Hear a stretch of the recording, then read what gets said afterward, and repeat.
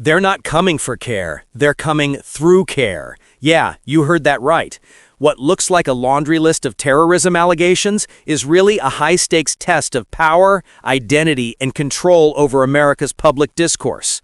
On October 14th, 2025, two GOP firebrands, Rep. Elise Stefanik and Senate Tom Cotton, sent a stunning demand to Treasury Secretary Scott Bessent: open a full investigation into CAIR's finances and ties to Hamas.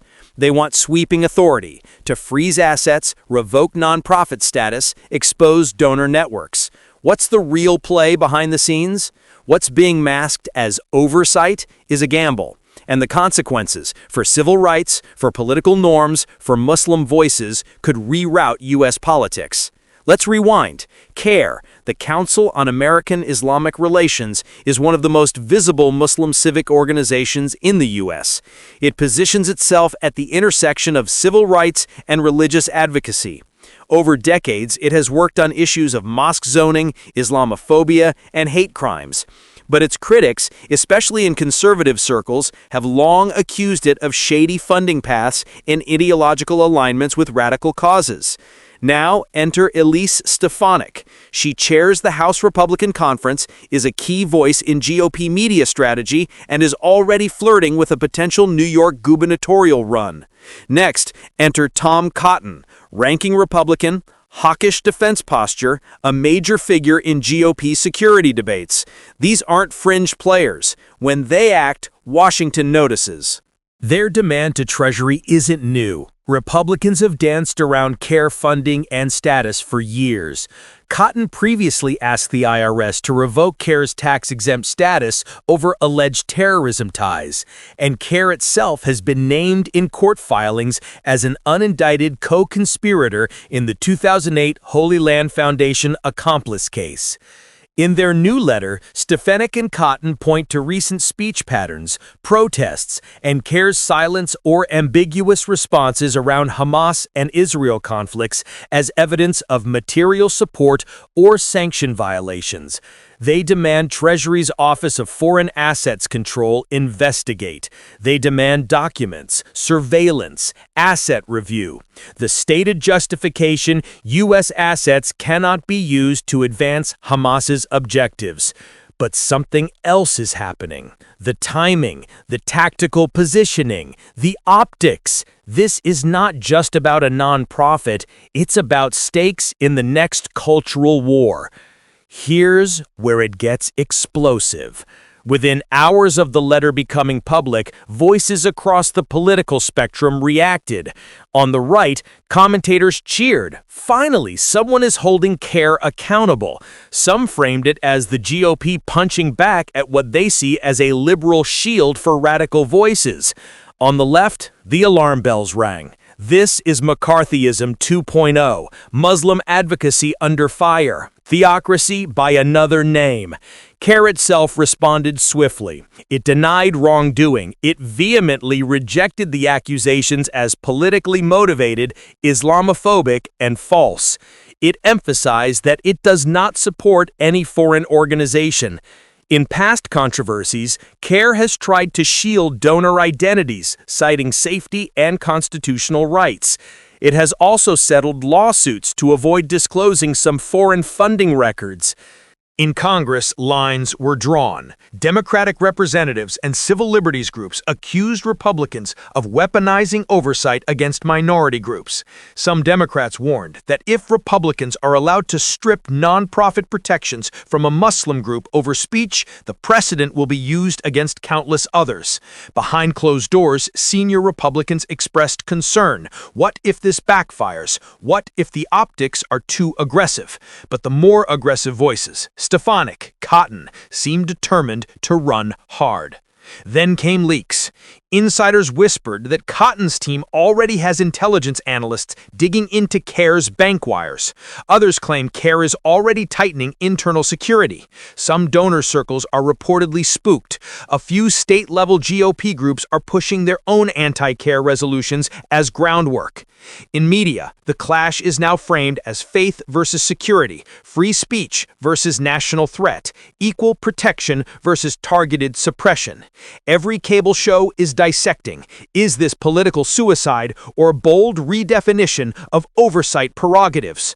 The rhetoric is escalating. Some GOP voices speak openly of denouncing CAIR's agenda, cutting its voice, exposing hidden donors. Others within the party caution stealth. Move too fast and you provoke backlash. But for Stefanik and Cotton, this feels like a gamble they believe they can control. And here's the part nobody's talking about. What happens if this actually goes forward? Let's unpack the immediate risks and ripples. First, the legal realm. If Treasury or OFAC opens an investigation, CAIR could be forced to disclose donor lists, submit to audits, or freeze accounts. That's dramatic. It releases a veil. Even for groups unrelated to terrorism, being dragged into that sort of scrutiny is a chilling signal. If CAIR objects, it'll almost certainly sue. Constitutional claims, First Amendment protections, religious freedom arguments. Second, political backlash. Muslims and civil liberties advocates see this as a direct assault.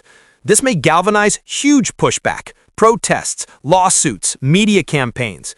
Democrats will weaponize this in 2026, painting Republicans as anti-minority, anti-Muslim. That narrative is potent, especially in swing districts and among suburban voters. Third, institutional norms may buckle. If Congress or party actors can twist oversight into a tool for silencing adversarial nonprofits, then the door opens to targeting other ideological NGOs, left-wing, right-wing, environmental, racial justice groups. This ride is more than CAIR. It's a test of whether civic space remains protected or becomes battleground property. Fourth, reputational risk for Republicans. If this is handled clumsily, Republicans will be portrayed as overreaching zealots. But if handled strategically, selectively, surgically, with legal cover, it may be recast as accountability enforcement. The framing matters. Fifth, electoral consequences. For Muslim communities, for swing voters who value civil liberties, and for non-Muslim Americans watching this as a barometer of rising authoritarian tendencies, this conflict will reverberate. Republicans believe they can monetize this tension. Democrats believe it's a narrative-winning moment. Sixth, internal fractures in GOP. Some Republicans believe going after CAIR is bold and plays well in base media. Others worry it destabilizes alliances with moderate GOP, alienates minority outreach, and gives Democrats huge fundraising leverage. What if CAIR complies partially? What if they turn over redacted financials? That's a middle ground. What if they dig in and sue, then courts become the stage? What if Treasury refuses? Then Republicans will scream, cover up. Whatever path is chosen now will force every actor's hand. Now let's shift. What's at stake in the deeper game? What longer arc might this set? This moment has echoes of McCarthy-era blacklists, of 1970s church-state clashes, and the contested boundary between national security and civil liberties. But it also introduces something newer, a post-culture war approach where oversight becomes the weapon, not just rhetoric. Think back to Watergate, Iran-Contra, and the religious rights rise. Each time power was tested, boundaries redefined. Now the GOP is attempting to redraw the lines around nonprofit advocacy. If you can target CAIR, you can target others. This isn't just revenge politics. It's a structural gambit to shift the default rule from free speech unless banned to speech that offends power is suspect. That's a radical change. Within the GOP, this move aligns with other strategies, tightening oversight of tech, regulating speech platforms, demanding donor transparency from liberal groups. CAIR may be the test balloon. If you can pierce it, the sky opens to do the same with others. For Democrats and for civil liberties institutions, the risk is existential. If CAIR falls, the precedent is set. Nonprofit advocacy becomes second class. The cost of speaking becomes higher. The margin for dissent shrinks. There is also a feedback loop with electoral politics.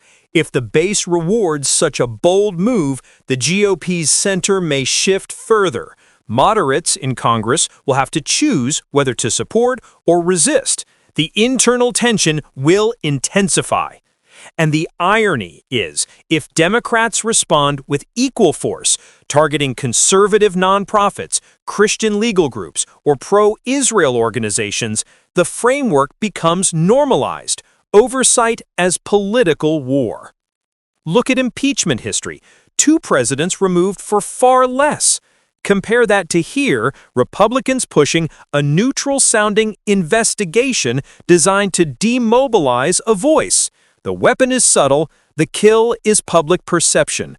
So what scenarios can come? Let's lay them out. Scenario A, full investigation launch. Treasury or OFAC opens formal proceedings. CAIR's finances are subpoenaed. Donor lists are exposed or redacted. Courts are invoked. The heat is so enormous that politics floods every corner. GOP frames it as national security victory, Democrats depict it as religious persecution. Scenario B, partial compliance. CAIR agrees to turn over limited records. GOP claims victory, the issue fades in diplomacy and litigation, but the precedent sticks. Any nonprofit can be pressured. GOP spins it as compromise oversight. Scenario C, denial, legal battle, backfire. CAIR refuses. A major lawsuit ensues. Courts swing toward CAIR, public sympathy shifts, GOP looks extreme, legal costs escalate.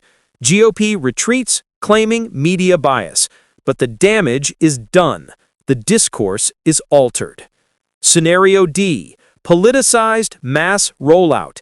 Emboldened, GOP targets other nonprofits, climate groups, Muslim advocacy, progressive think tanks.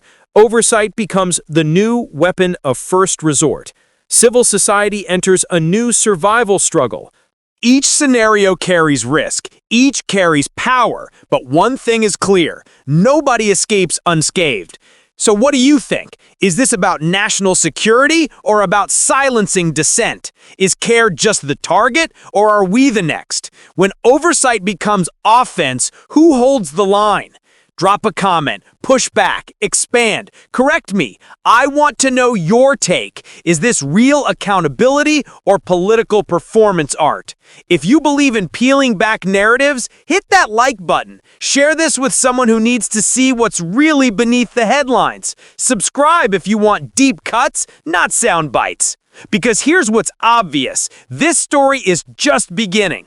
And what happens next won't just test CAIR, it will test America.